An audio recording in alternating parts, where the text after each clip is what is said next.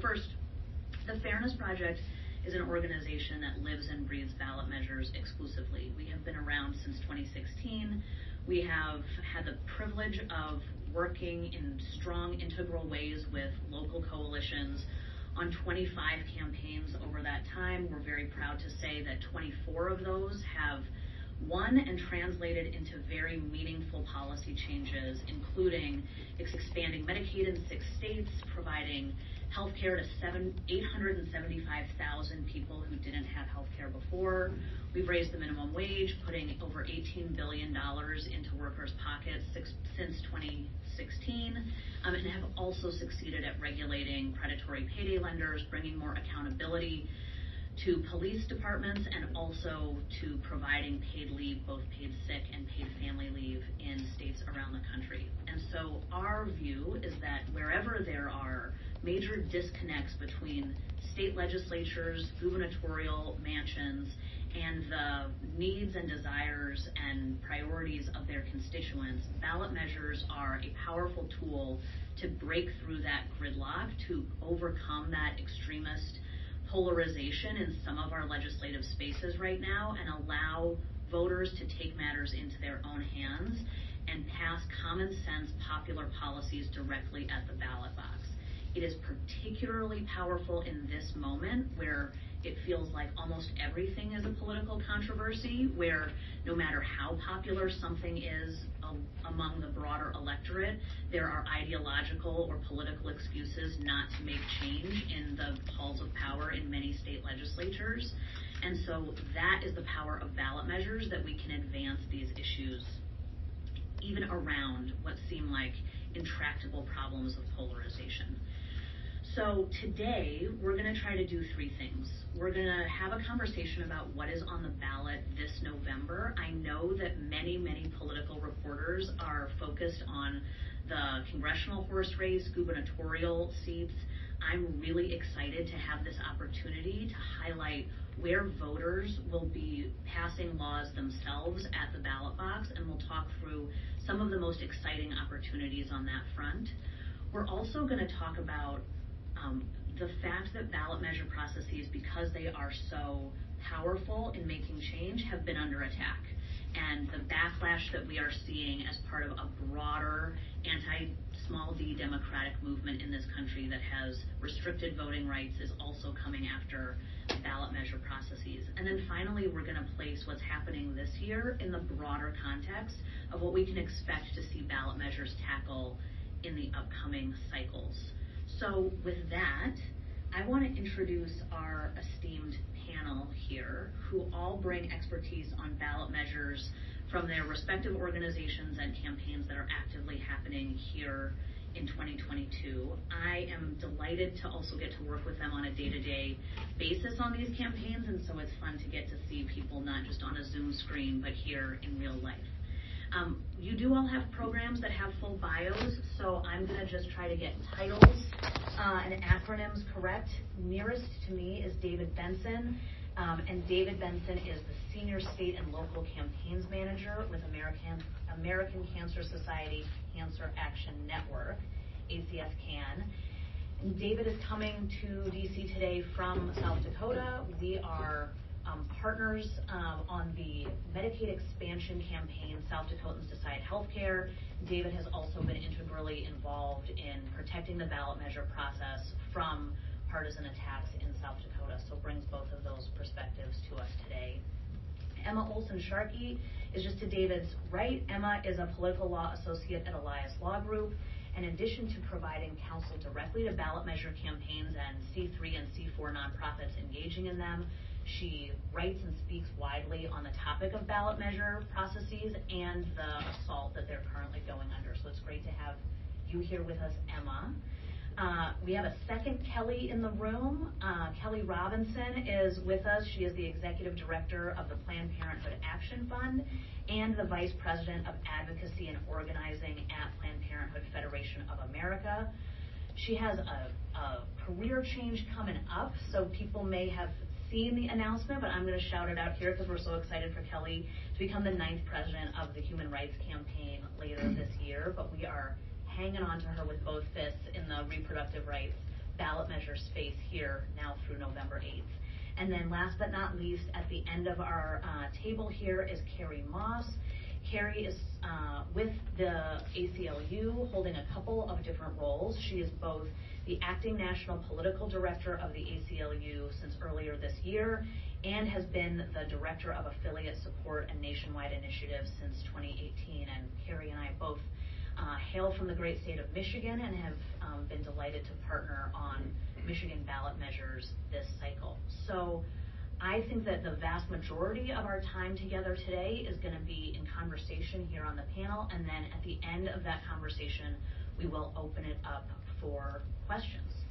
So I'm going to see if you can all still hear me as I sit here and am in conversation, but I think we want to start with the highest profile ballot measure that many folks are aware of this cycle, which is happening in Michigan around protecting reproductive rights. So Carrie and Kelly, could you tell us what's happening in Michigan and what that means for the broader reproductive rights landscape this November? Sure. Happy to start. But we are going to change the nation in Michigan with one of the most important ballot initiatives, indeed a ballot initiative that's gotten more signatures than any other in the great state of Michigan, by establishing a fundamental right, not only to abortion, but to certain protections around access to birth control, fertility, childbirth, and prenatal care. This initiative, which is one of two in the country this cycle to aggressively, offensively protect women's fundamental right to choose, garnered over 730,000 signatures as of, I believe it was July, and was put on the ballot by the Supreme Court just a few weeks ago. So aside from the fact that it is going to be groundbreaking for the nation, I think it's just really important to establish the importance of ballot initiatives getting around both kind of legislative gridlock and also really tapping into the will of the people. We know with 730,000 signatures that this is what Michigan women want, that Michigan women know that they should be trusted to make these kinds of decisions for themselves.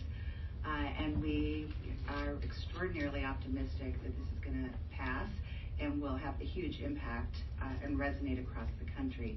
Kelly, we've been doing this in partnership with Planned Parenthood. Yeah. Michigan, I mean, it gives you something to smile about in this fight for reproductive rights, what you see going on in Michigan. I think I want to underscore what Carrie said, that what we're seeing in Michigan is the will of the people playing out.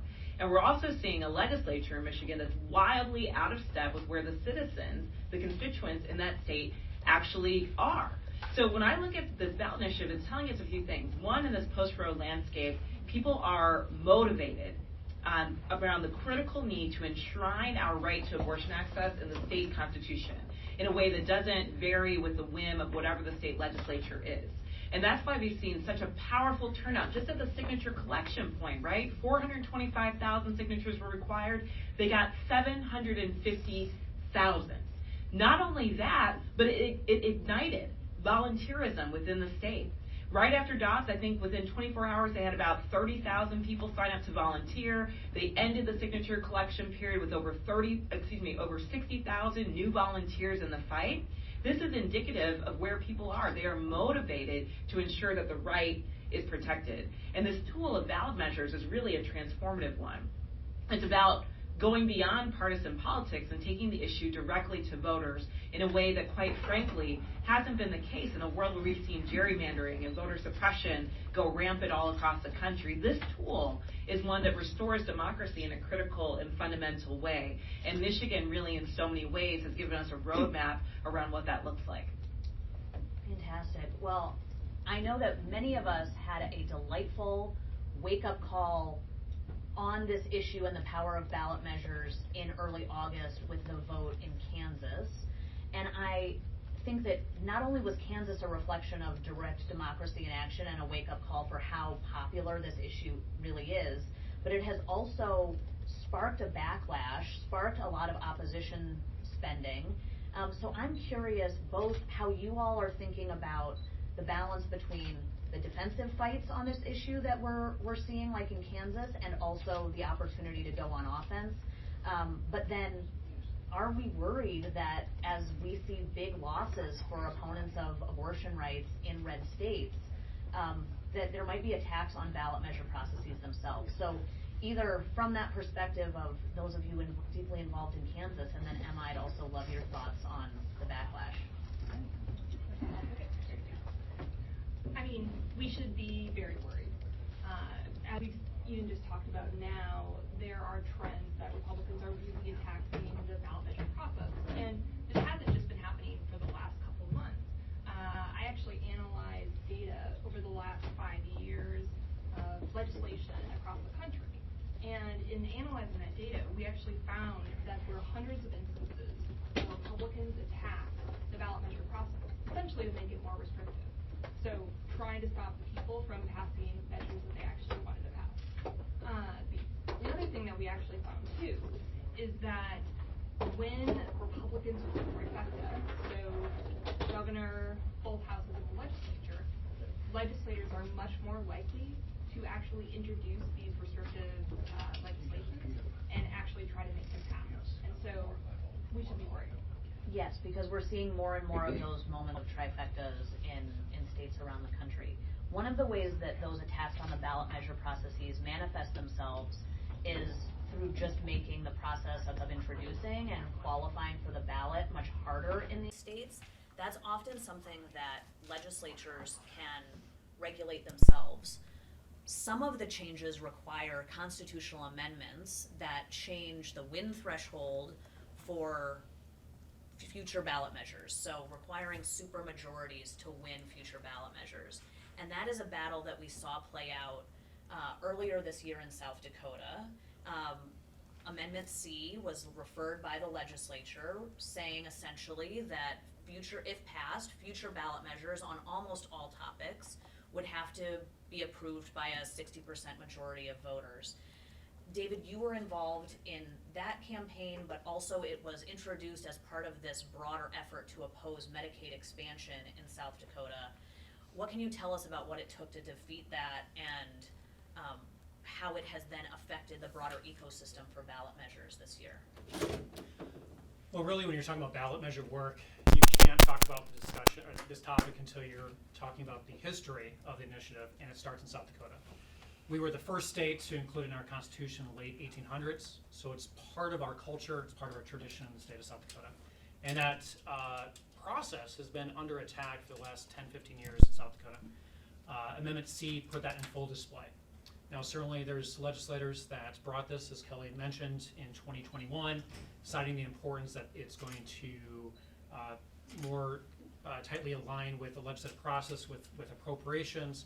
But the reality is one of the Senate leaders in the legislature cited Medicaid expansion as the main motivation for Amendment C. And as Kelly indicated, it would raise that threshold up to 60%. So as we look back at 2021, which is when that resolution took place in the legislative session, it was a preemptive effort. Even before petitions were being circulated in South Dakota for Medicaid expansion, which is now Amendment D, that's on the November 2022 ballot, it was already a process put in motion to derail the efforts of nonpartisan groups like the American Cancer Society, Cancer Action Network, to ensure that the voices of voters of everyday South Dakotans are heard through the ballot measure process. And in that process, when you look back at the 2021 legislative session, it started out where it was going to be on the primary ballot.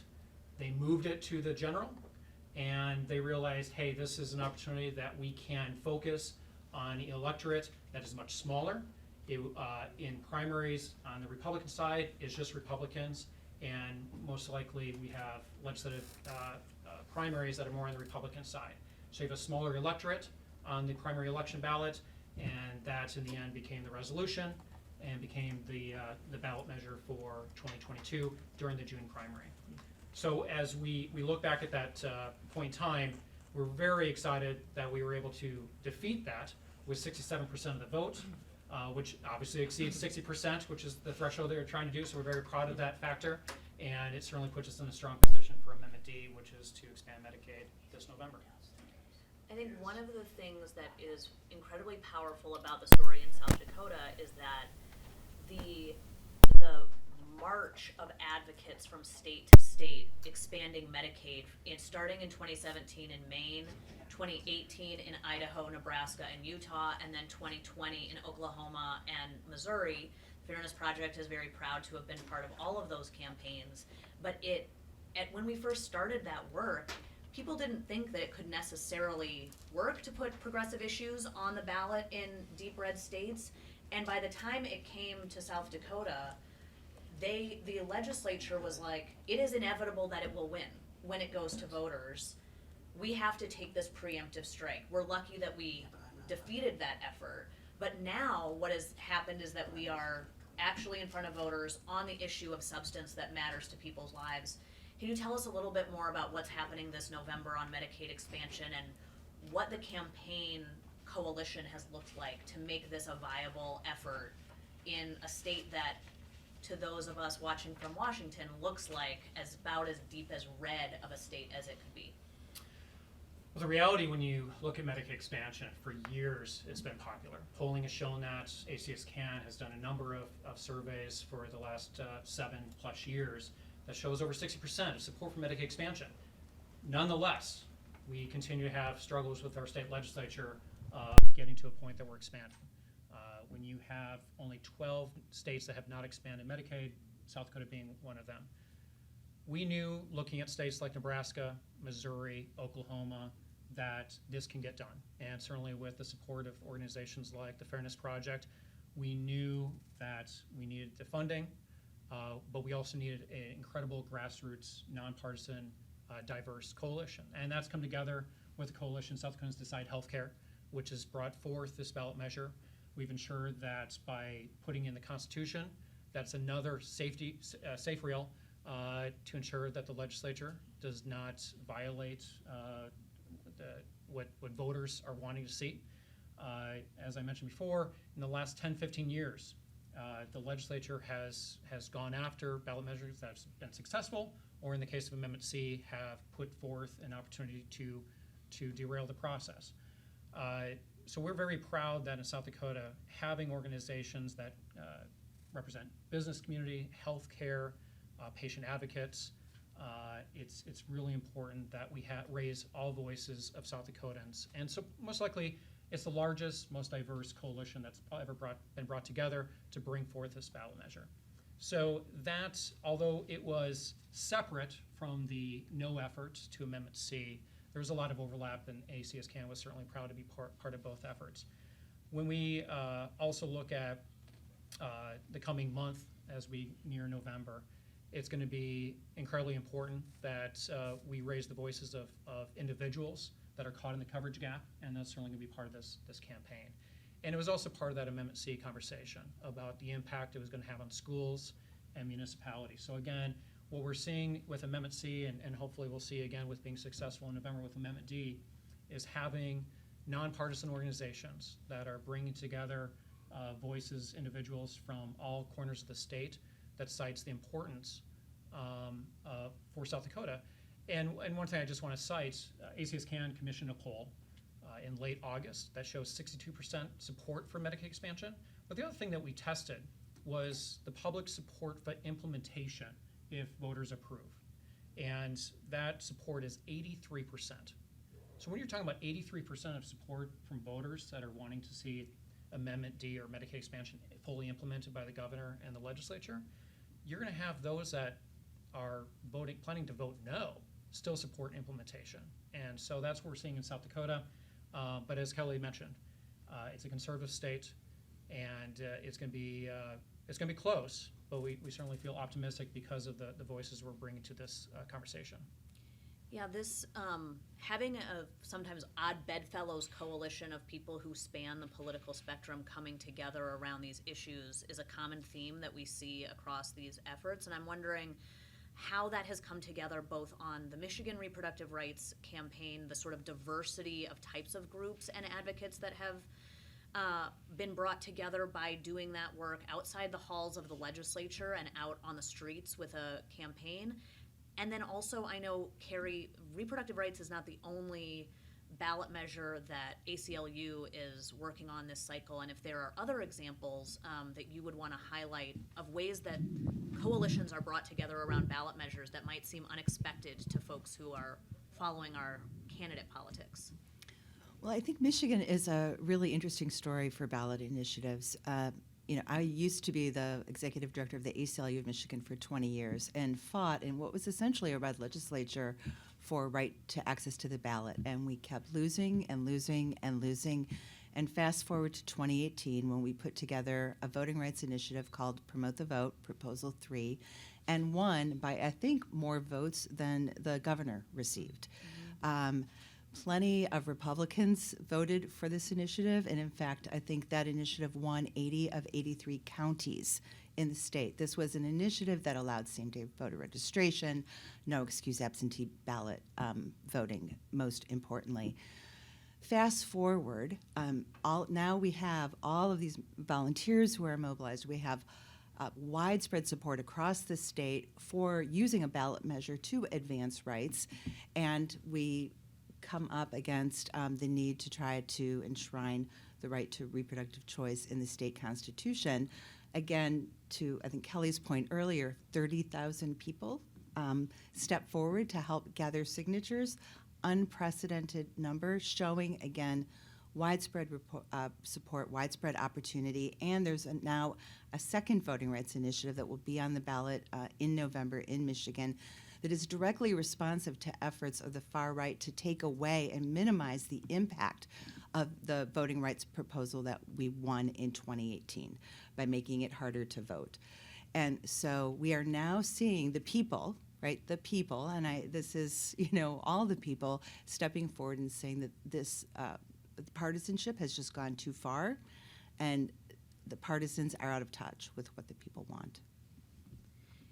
Kelly, yeah, please jump in. Yeah, I also wanted to add to that. I think part of the power of what we saw happen in Kansas and Michigan is that these are local efforts led by local communities. We've got broad coalitions on the ground that didn't just come together for this effort, but have been working over the past years, decades, right, to put their constituents and people in that state at the center. And the powerful thing is that, what we saw in Kansas, what would happen in Kansas isn't necessarily what needed to happen in Michigan or other different states. The things that we're seeing are actually locally sourced from what's necessary in the community to meet the needs of the people in that state. That's what's giving the power to these ballot initiatives. They are hyper-local efforts, and they are democracy in the strongest sense of the word. Now, I really appreciated your previous question because we can't forget to tell the full story about what happened in Kansas and what happened in places like Michigan. Because as much as work as we're doing to make sure that these are local efforts led by local folks to make sure that we're bringing the issue directly to people, our opposition is trying to use every structure of the government to restrict people's voices from being heard. In Kansas with the ballot, it wasn't by accident that it was legislatively driven, put forth in an August primary, right, where they were hoping people wouldn't turn out. They were hoping that people would notice. And even in the midst of all that, the broad coalition on the ground drove turnout to such an extent that it beat 2020 primary levels by 10 points. The turnout beat 2018 primary levels by 20 points. These are massive numbers because of the grassroots coalitions that we founded. Same thing in Michigan. They, again, tried to stop the certification of that measure from going directly to the people. They took it to the board that governs ballot initiatives. They took it all the way to the state Supreme Court. Even though the people in that state garnered 750,000 signatures, the opposition tried to restrict our ability to take the issue to voters. This is the type of opposition that we've got to overcome simply to take the issues of the rights for people in these states to the voters to make their decision. This is a moment where we not only are focused on winning these initiatives because we know that it matters to people, but also protecting the right to direct democracy. That's what's at stake right now, and that's also what we're fighting for. And in fact, opponents to Proposal 2, the Reproductive Rights Ballot Initiative, challenged on the basis of the number of spaces between words. I mean, they're really grasping at straws and trying to use every possible excuse they can to undermine the will of the people. Emma, I'm going to pass this mic down. Oh, you've got one right there. Could you give a few more examples of ways that these attacks on ballot measure processes show up at what different flavors are we looking at, and what do you think we should be paying the most attention to? Because this stuff can seem pretty bureaucratic, in the weeds, not, garnering major headlines, though maybe that today will change that, not drawing people's huge sort of flashing alarm bells. What should we be on the lookout for, and what do you think are the most urgent threats? Yeah, I mean, in a lot of contexts, they come up through the legislature, and in a lot of ways, they are related to petition signature thresholds, related to circulator requirements, related to the bureaucratic processes that are actually part of the ballot measure process. And these are ways in which you have coalitions of groups that are working to do the will of the people that Republicans try to stop. And, I mean, you could go on and on and on about the number of times that they've introduced this type of legislation in Missouri and, I mean, everywhere. And I think that it's something that we really need to be defensive about. On top of the actual legislation, you actually have litigation. I mean, you have board members, in Michigan in particular, not doing their actual official duty to certify the election and certify the petitions. I mean, earlier this year in Michigan, the board refused to certify a petition because of a union bug. I mean, that is ridiculous. And so that's something that we need to be on the lookout for, and we need to be able to defend, I mean, as everybody has said.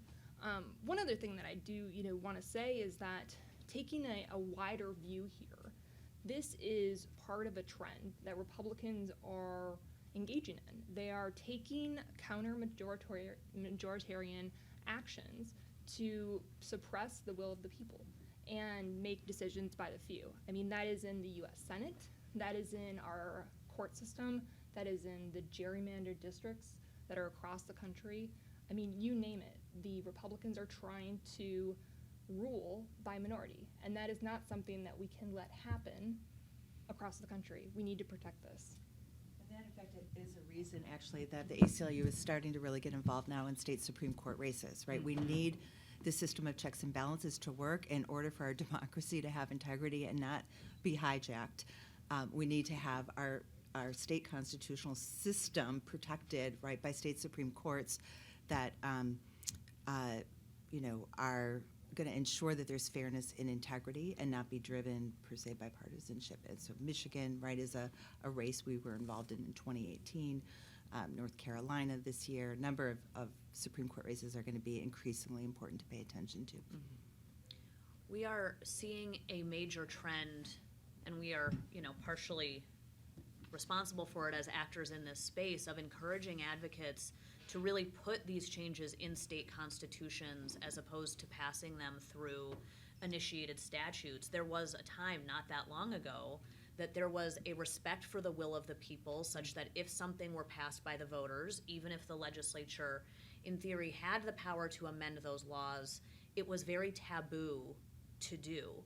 Now we're really seeing that even when something is headed into the Constitution, that there is a backlash from legislatures who would prefer not to adhere to that even constitutional amendment. So a big example of that was in Missouri last year. Emma, I'd love to hear a little bit from you if you can. We passed Medicaid expansion at the ballot box. The legislature didn't want to fund it. We did succeed at the Supreme Court level in getting it implemented. That gives me, both hope that ballot measures are a durable tool, but also how reliant they are on all of those pieces of the system working well. What do you think of situations like Missouri, and do you think we can count on that in other states to, our Supreme Court still going to reflect these constitutional amendments voters are passing? I mean, we can't rely on it just to stay as it is without fighting for it. I mean, that is the end point. I think, in recent weeks and months, we've heard a lot of folks talking about attacks on our representative democracy, right? So candidate elections. But it is true that Republicans are also attacking the direct democracy process. I mean, we've talked about it here today. And even in Kansas, where they won by 18 points, was it? I mean, the anti-choice groups then sought a recount and declared voter fraud. 18 points. That is a huge margin. And to argue that that election is invalid when you win by that much, they conducted the recount and obviously there was no voter fraud. The idea that that is something that we need to fight for and be ready to combat and defend our processes. How do you think that we can?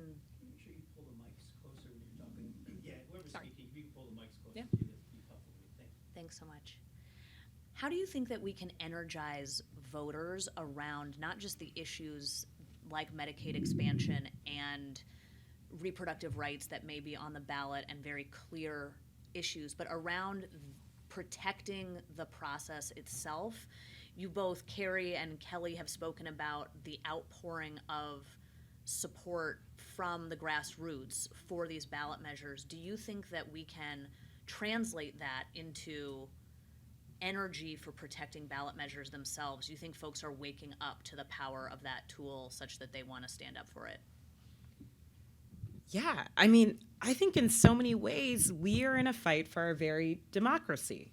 People see it. Whether you look at the Supreme Court, the U.S. Supreme Court, you look at state Supreme Courts, you look at the way that our states have been gerrymandered or the nature of voter suppression, people are clear that in too many ways our voices as voters are being suppressed. And I think what we need to do is be telling the stories of exactly what's happening in the states, not only on the legislative side, but on the ballot initiative front. The things that are happening in South Dakota, in Michigan, in Kansas, it goes to show us that voters want their voices to be heard. The issues are motivating and mobilizing them in terms of volunteerism and also turnout. And we see a motivated opposition of extremists, a minority group that are trying to restrict our ability to use these basic tools of democracy, our right to vote, our right to ballot initiatives. You know, I get the chance to travel the country a lot and talk to our supporters directly on the ground, and the number one sentiment that people have is frustration. Frustration with the system that is not speaking for them. Frustration with a democracy that's not allowing their voices to be heard. Our job is to make sure that we are giving them ways to actually get their voices heard, and these direct democracy efforts are the way to do it. That's why we see across the country that oftentimes these efforts, not only are they transcending politics, but they're garnering greater turnout than any single candidate. Because in a candidate election, in some way, you got to have a little bit of faith, trust this person to carry out the will of the people and the will of their constituents. But with direct democracy, the question is clear. You are saying exactly what it is that you're voting for, and folks are inspired by that. They're motivated by it. And honestly, it's critical to their lives in so many ways, especially when we're talking about issues like abortion access, like healthcare access. People need this for their very survival. So I think if there was ever an opportunity to inspire people to fight not only for the issues at hand, but for our democracy, it's right now. And we're seeing that happen in real time in the states. Yeah, I would add two things. First of all, I think it's really interesting to look at the data of who's registering to vote right now. If you look at Kansas, I think Democrats out-registered Republicans after the Dobbs decision by 9 points. 70% of the new registrants were women after the Dobbs vote. We've seen decision. We've seen the same thing in Wisconsin. We've seen the same thing in Michigan. The electorate is going to be changing by these radical decisions coming from the United States Supreme Court. That's the first point. The second point I would make is I think it's very important to look at the attacks on democracy as fundamental to fighting for all of our rights. And so we must be thinking about how to protect the integrity of the electoral system, increase access to the ballot, hand in hand, right, with protecting the right to abortion, the right to marriage, the right, all of our other fundamental rights that I think we're all very worried are at risk given the Dobbs decision. So, we're very committed, for example, in Michigan, we're working on voting rights, we're working on abortion. Right, we're working in states on Supreme Court races and legislative races and DA races. All for these reasons, we have to have, I think, a number of different lenses that we use at the same time if we really want to protect checks and balances. Well, I have an endless amount of time and space to talk about the attacks on the ballot measure process because I find that to be one of our most severe threats. But I do want to pivot us into what's animating and making us excited about what can happen through this tool. And one of the things that is a fun part of my job is getting to remind politicos and reporters and donors on the coasts that there are major opportunities for making progress in every single state that has a ballot measure opportunity, and reminding folks, oh, you can pass a $15 minimum wage in Nebraska, which we're going to do in November. You can pass restrictions on predatory payday lenders and predatory debt collection practices, which is happening in Arizona this year. So I'm curious, as you all are thinking about where there are opportunities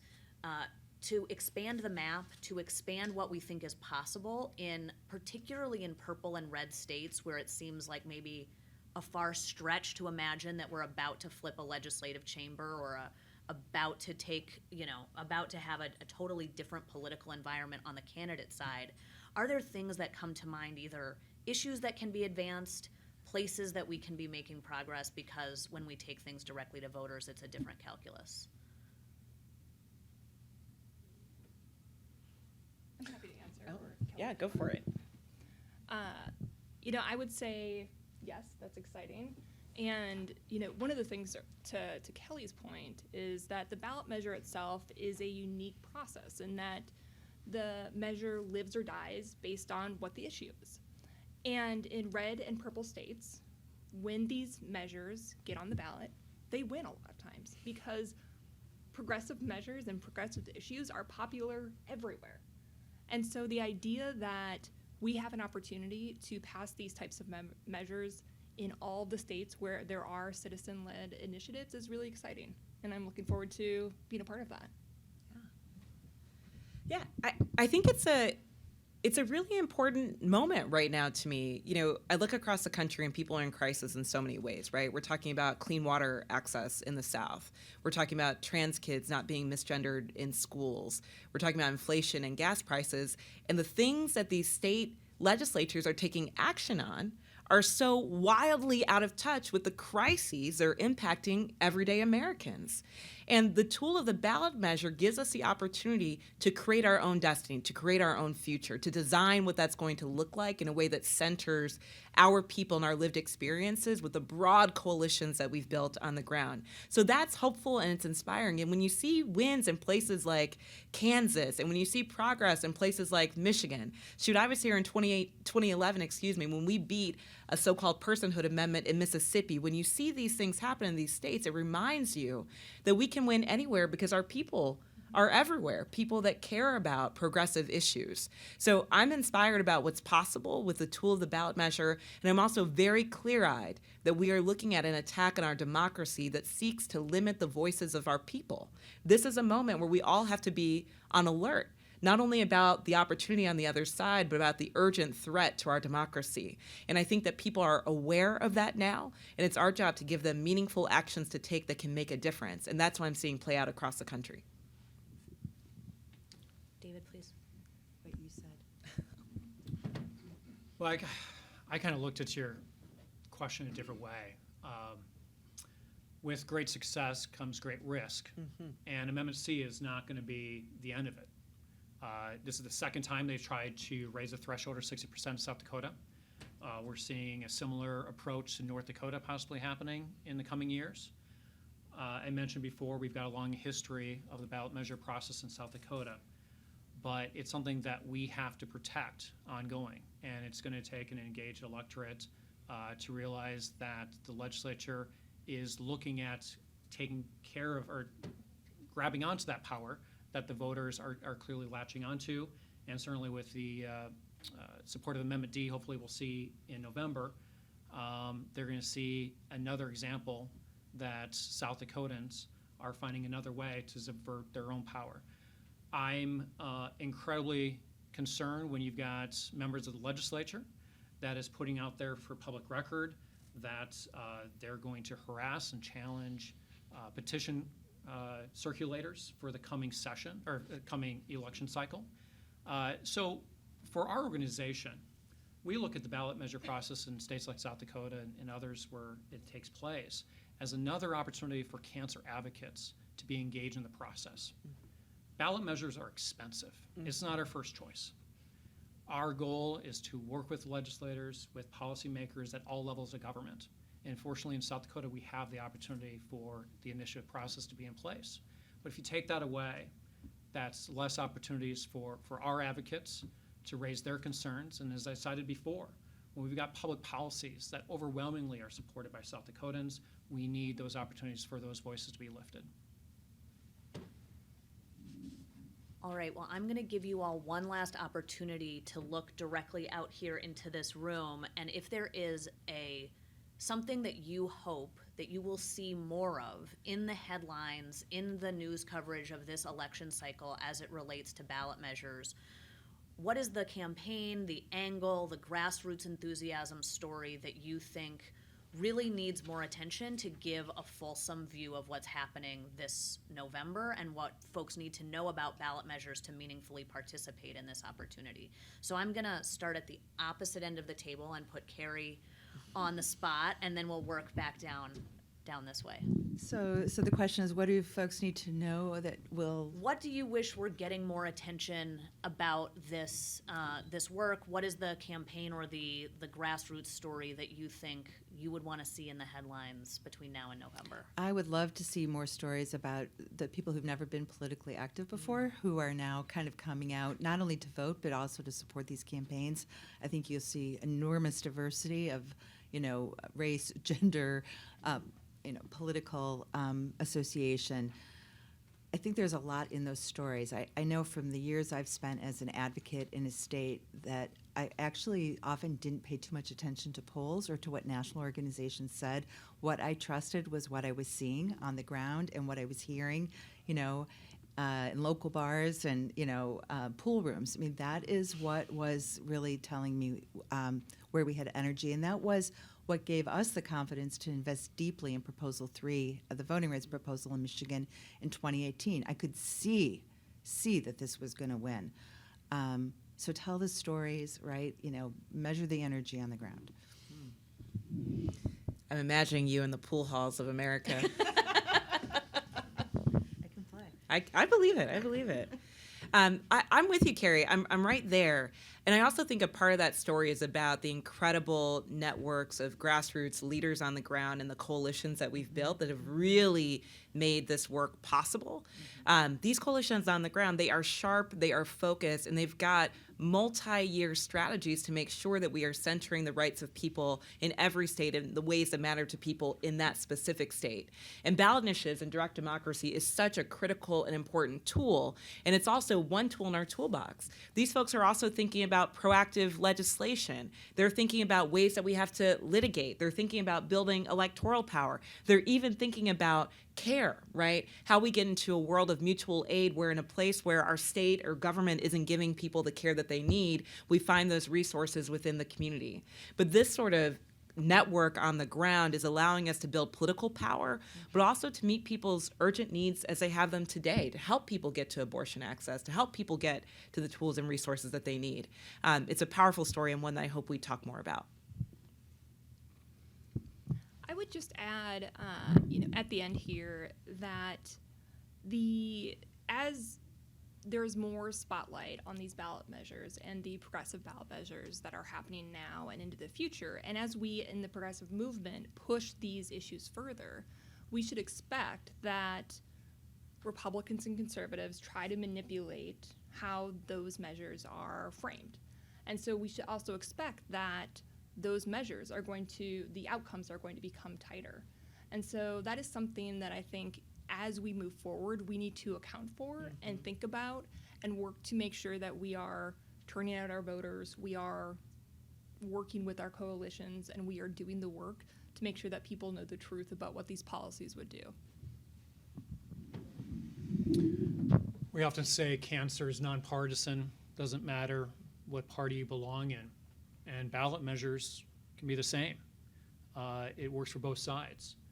You can be a Republican, independent, Democrat that's bringing a ballot measure to the voters.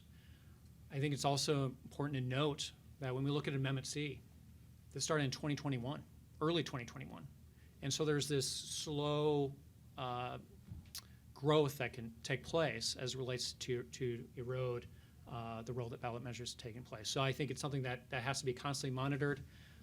Certainly what we're seeing in our newsrooms or the lack of reporters in our state capitals is very concerning, where we're not able to have the type of exposure and coverage of these attacks on the ballot measure process. And so I think that's really important to note that Amendment C is not something that just happened overnight. It was a year in the making, and it not only affected the Medicaid expansion potentially, but for years to come.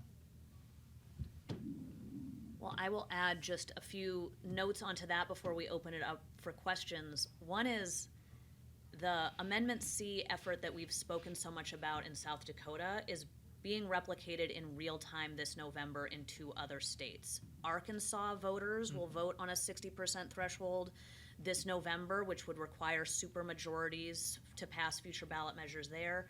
And Arizona is voting on a supermajority threshold as well. And those will not be the last of these attacks. The Fairness Project last year launched the Ballot Measure Rescue Campaign, which is our cohesive effort across states and across organizations. Almost all of the organizations up here are represented on that advisory board to say this cannot become a tragedy of the commons problem, where each of us only thinks about using a ballot measure for our specific policy priority once and again. But if reproductive rights advocates, cancer advocates, voting rights advocates, folks who are supportive of economic mobility and raising the minimum wage are not all paying attention to these attacks on the process, we will lose the tool. And so that is front and center this November in Arizona and Arkansas. And I would say they are also getting pretty creative with these attacks. We saw, already in South Dakota, there are regulations on font size and putting everything on the same page. That means circulators are carrying around folded up bath towel sized petitions. It's a death by 1,000 cuts on this process to make so many different barriers to participation. And we saw in Oklahoma this past legislative session a proposal that really had legs. Say, not only would a ballot measure need to pass at the statewide level, it needs to pass in every county in the state, changing the fundamental rules of our democracy and how it functions in ways that we have not seen ever before. And so I really want to thank this panel for bringing both the energy of the opportunity but also the cautionary tale, because with ballot measures those things go hand in hand. So with that, I want to thank all of you and open it up to see if there are questions from folks in the room, and I'll do my best to see you over here. Yes, here in the front row.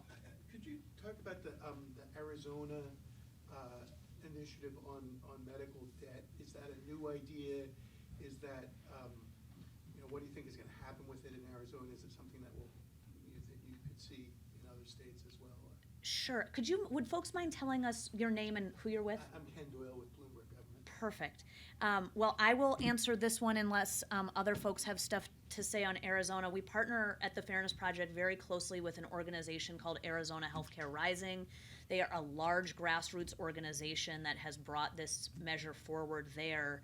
And it does a couple of things. It both caps interest rates on medical debt. 1 in 6 Arizonans has unpaid overdue medical debt. That is a tremendous burden on families.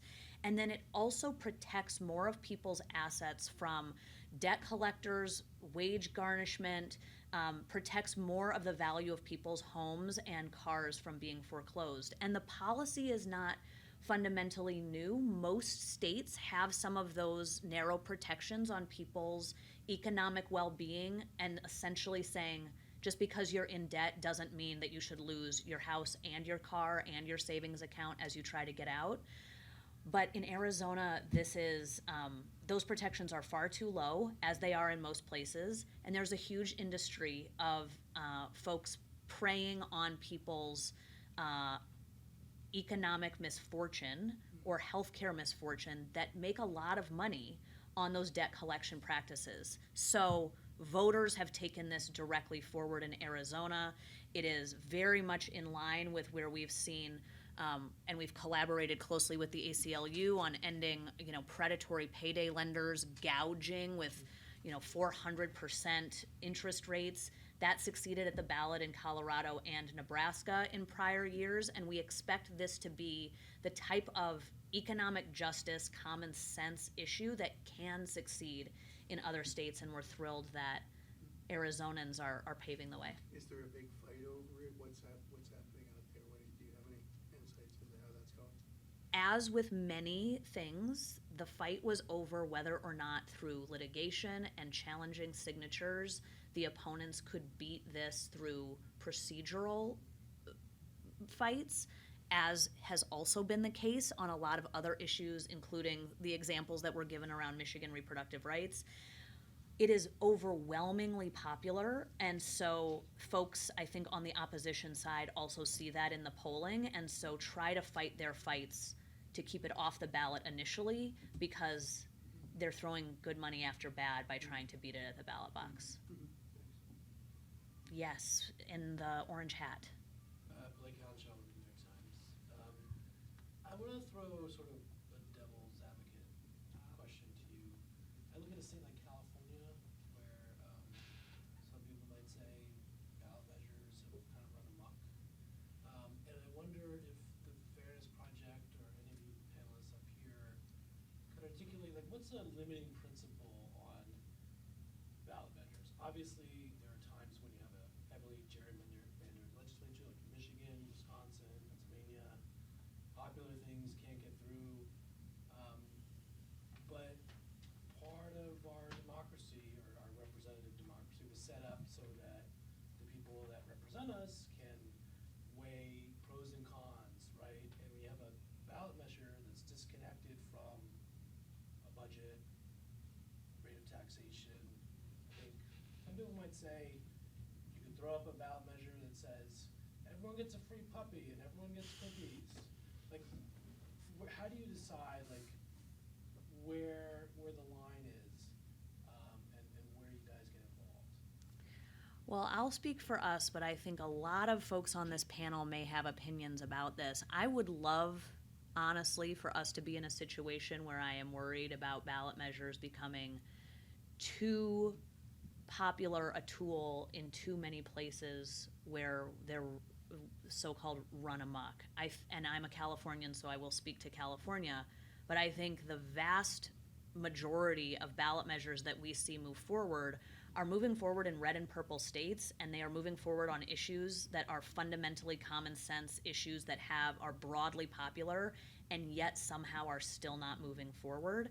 And that is it's revelatory of a fundamental disconnect in the functioning of our representative democracy, which is there are issues like raising the wage, like protecting reproductive rights, like expanding Medicaid, that voters do want to see advanced, and that for polarized ideological reasons are not moving through the representative democracy. There is a high barrier to entry on ballot measures. They take a long time, they are laborious, they are expensive, as David mentioned, and they sometimes don't succeed.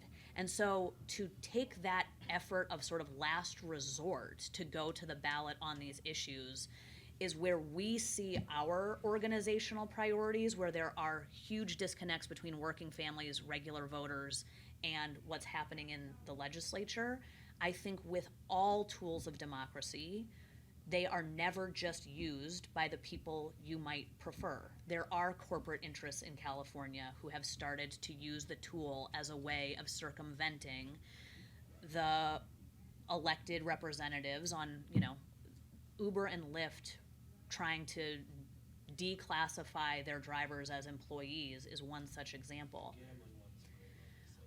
But I think that if we say that a tool of democracy shouldn't be used because it doesn't always get used perfectly, we would not have candidate elections either. The corporate spending in electoral politics, the corporate spending in lobbying in legislatures, the fact that ballot measures have some instances where corporations are getting heavily involved, but I would say far fewer corporations are involved in these places than in ballot measures than most tools. That's too high a standard for any tool of democracy, given the enormous footprint of corporate involvement in our political life. And so we are an organization that pushes ballot measures that directly benefit working families. So that's our rate limiting impact premise.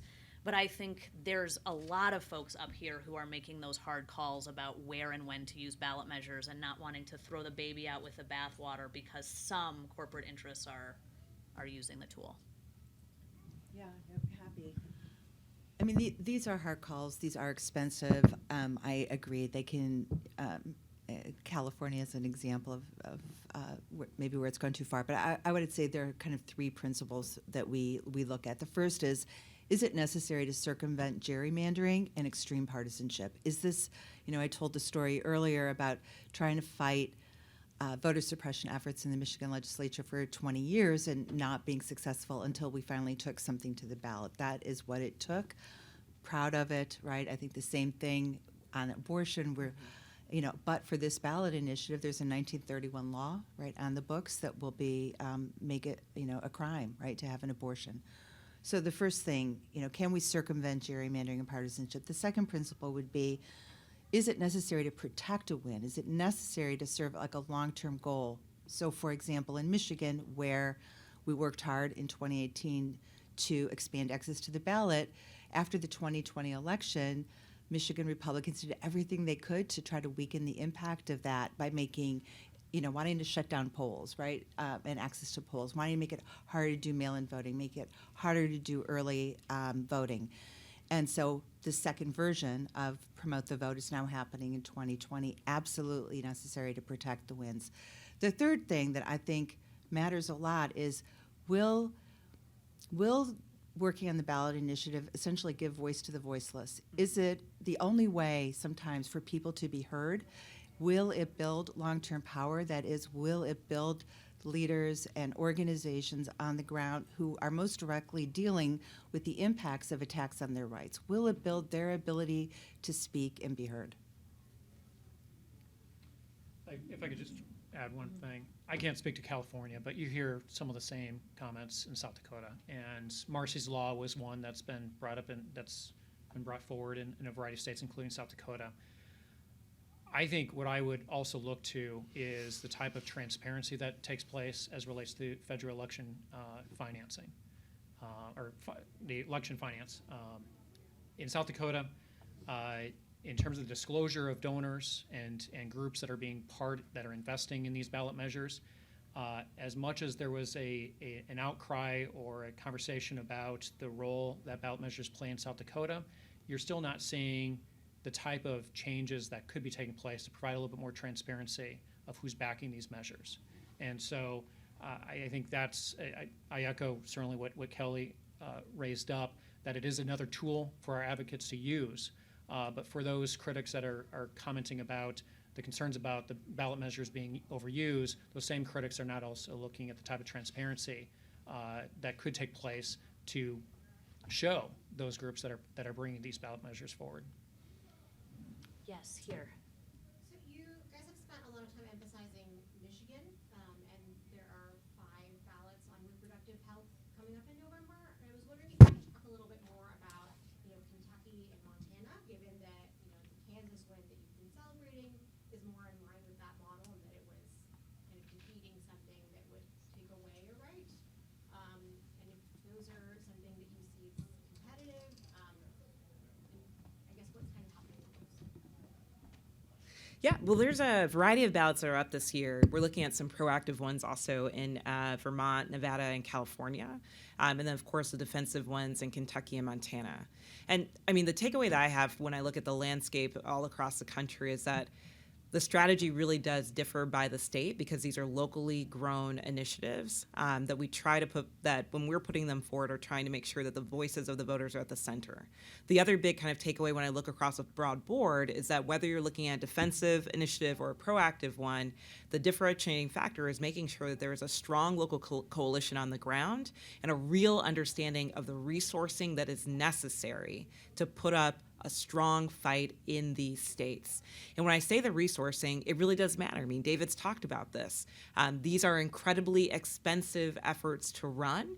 And in order for us to make sure that we're breaking through the levels of voter suppression, the trickery of our opposition to restrict people's voices from being heard, we've got to have the resources to be able to get the issue directly to voters in a way that outpaces where our opposition is putting in.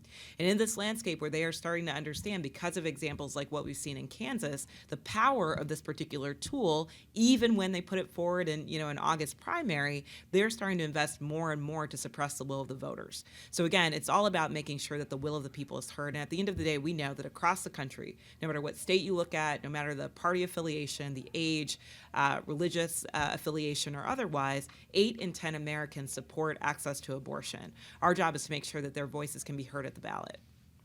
I would just add, one of the reasons we've focused so much on Michigan today is because it is so novel, which is it is the first ballot measure in decades to be a citizen-initiated measure to ensconce reproductive rights on the ballot. There have been a lot of defensive fights that advocates at ACLU, at Planned Parenthood, among sort of abortion providers at the state level have been fending off, that have been referred by state legislatures for decades.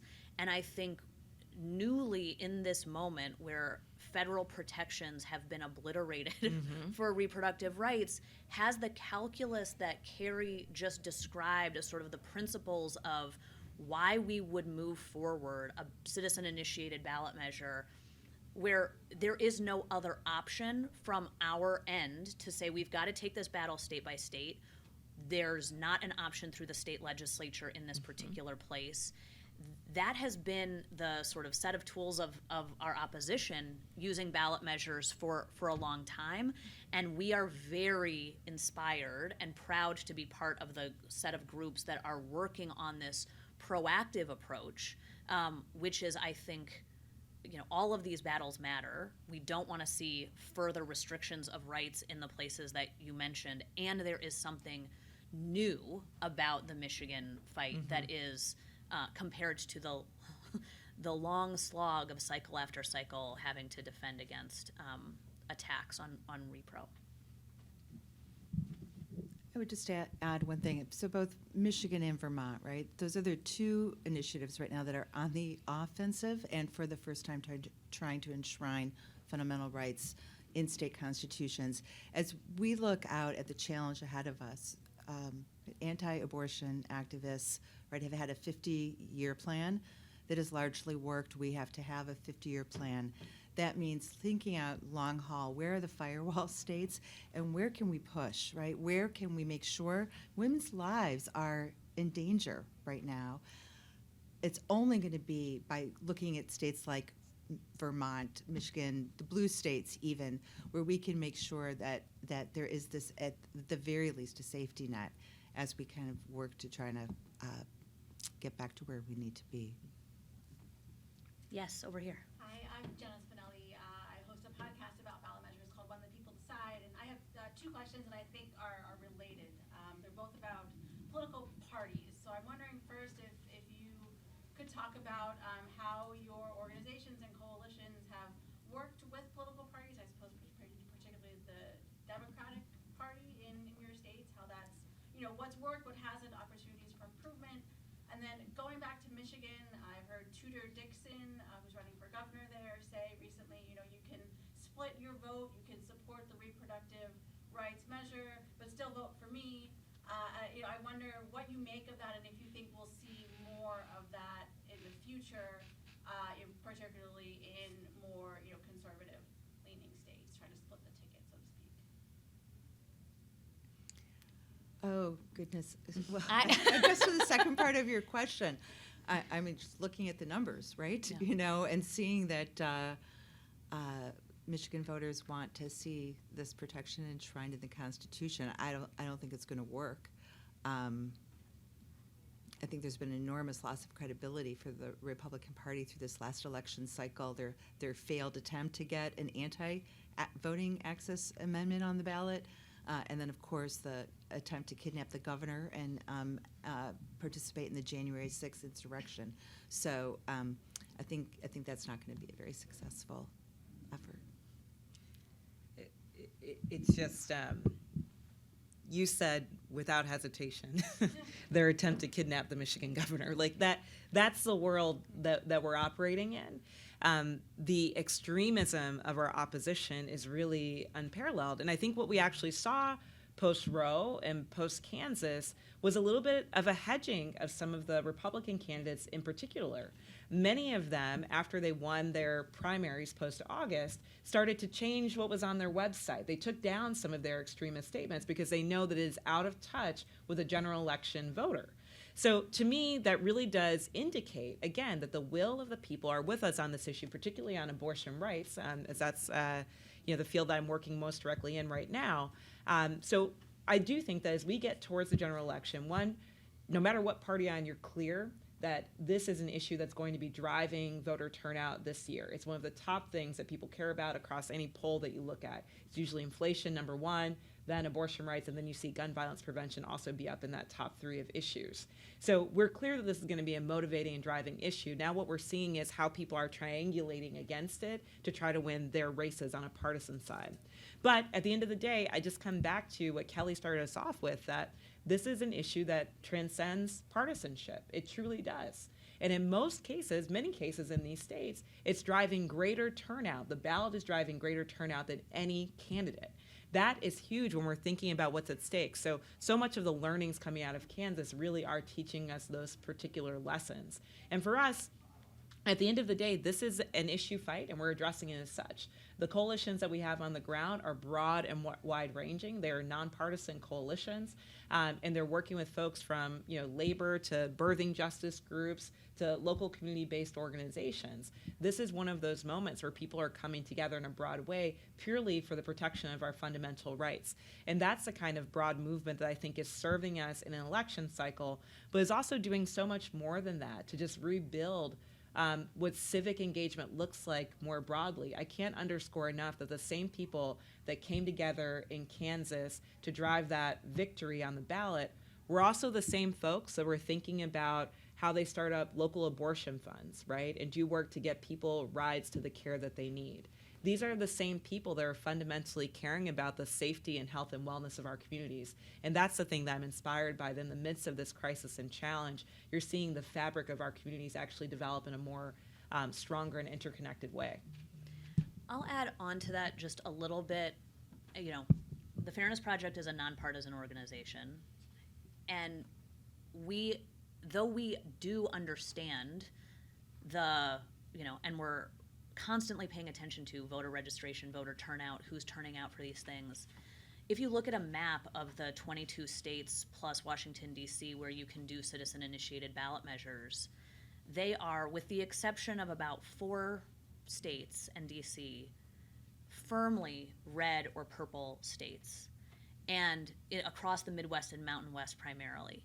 And that means that in order to advance many of these policies that come to the ballot, we need to appeal to a very broad section of the electorate. It is not going to be registered Democrats alone, and we are often working very hard with and I'm going to, steal some South Dakota thunder here, a coalition that has the Chamber of Commerce, former Republican elected officials, tribal nations coming together with folks who consider themselves progressive advocates to make sure that we have the right messengers delivering the right messages so that folks can see themselves in the fight for Medicaid expansion or a higher minimum wage and not just think this is only for one party, one end of the political spectrum. We won Medicaid expansion in Idaho with 62% of the vote. I can guarantee you that that is not representative of all of a sudden there being 62% of the voters in Idaho are Democrats. It's because we have to run these campaigns in ways that broadly appeal, and that is a power of ballot initiatives, but it also means that ballot initiatives cannot be the saving grace for everyone on everything. They are not going to do that and also simultaneously transform Idaho into a blue state overnight. We've got to make sure we're reading the data in the right way. And so I think there's, regardless of what our personal political positions are, as we're engaging with these coalitions in red and purple states, it does have to be an expansive, open-minded view of all the people we need to partner with in order to come together. And sometimes that means asking, the Idaho Democratic Party to hold off on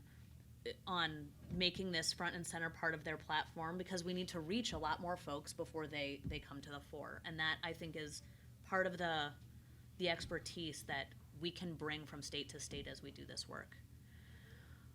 Okay, one more. Yes. Hi, I'm Kat with the On-Campus Democracy Challenge at Civic Nation, and I'm particularly interested in hearing a little bit more about how Gen Z is engaged in ballot initiatives, college students, first-time voters on the younger side. Well, I can offer something there. Yeah, we are seeing just astronomical engagement from young leaders. And I think I talked earlier about the sense of frustration with the system as it is. I think a lot of that is a sentiment that we're also seeing come from Gen Z and millennial audiences. And to me, that is one of the most dangerous things of this moment, right? It's the idea that people experience such a deep sense of frustration with government that they forget that government has an important and critical role to play in the health and wellness of our communities and our lives. So through the work of ballot initiatives, I think we're able to show how engagement in government, civic engagement, can actually be a tool where our voices can be affirmatively heard. That's the opportunity that we've got, particularly with Gen Z and millennial and younger audiences. And we've seen folks turning out in mass numbers. We had a nationwide demonstration on May 14th post-Dobbs, post the fall of Roe, where we had 1 million people turn out across the country, and many of those actions were driven by young leaders. In addition, coming up, I think next week, there's a nationwide student walkout that's planned, where young leaders are going to be stepping up for this issue and disrupting business as usual, particularly in their campus environments. And it's not just on this issue. I think, even today in Virginia, there's student walkouts that are happening for trans folks who are being excluded from their classrooms due to education policies. This is a moment where I think we are actually following the leadership of our young leaders because they're showing what's necessary to make sure that these issues are front and center. Even in places where they may not even be of age to vote yet, they're still civically engaged. And we take it really seriously and to heart to find ways in this process of trying to restore our democracy, fighting for things like ballot initiatives to make sure that everyone has a role, and we are demonstrating clearly that government has a clear role to play, and it's our job as citizens to fortify and protect and strengthen our democracy. I think it's critical not only for the fights that are at hand, not only for preserving these tools of democracy, but also to articulate that for the next generation of leaders. There's something really exciting about, a lot of people don't know about ballot measures. A lot of voters show up to the voting booth and they vote the top of the ticket, and they don't understand what the rest of this jargony text is. But when we're able to do organizing that says, especially in red states where folks who support progressive issues think, I vote, but my person never wins. I vote, but my person is never in the majority. I vote, but my person wins and they're in the majority, but they never bring up the minimum wage or whatever the priority is. To be able to say there is a direct one-to-one connection, you can vote today and wages go up in January, it is a whole different way of getting to rebuild faith in civic participation that is a very linear connection between voting and change. And that is not to dismiss the importance of voting in candidate elections or paying attention all the way up and down the ballot, but it is an entry point for people who are disillusioned and frustrated and particularly wondering, why would I keep voting, in my small corner of this state where my vote doesn't seem to make a difference in the ultimate outcome? To be able to point to long-term cycle over cycle change. In Missouri, they voted for a higher minimum wage in 2018. Mm-hmm. They're voting for Medicaid expansion in 2020. They're doing voter engagement over and over and over again to show folks that their votes translate into direct policy change and impacting people's lives that they know. And I think that is a great gateway engagement into broader civic participation in a way that we need to have as many of those open doors for civic participation as we can possibly have. Okay, I want to thank all of you for being here. I want to thank our panelists again. I hope you'll join me in expressing your appreciation for their time, and thank you all so much.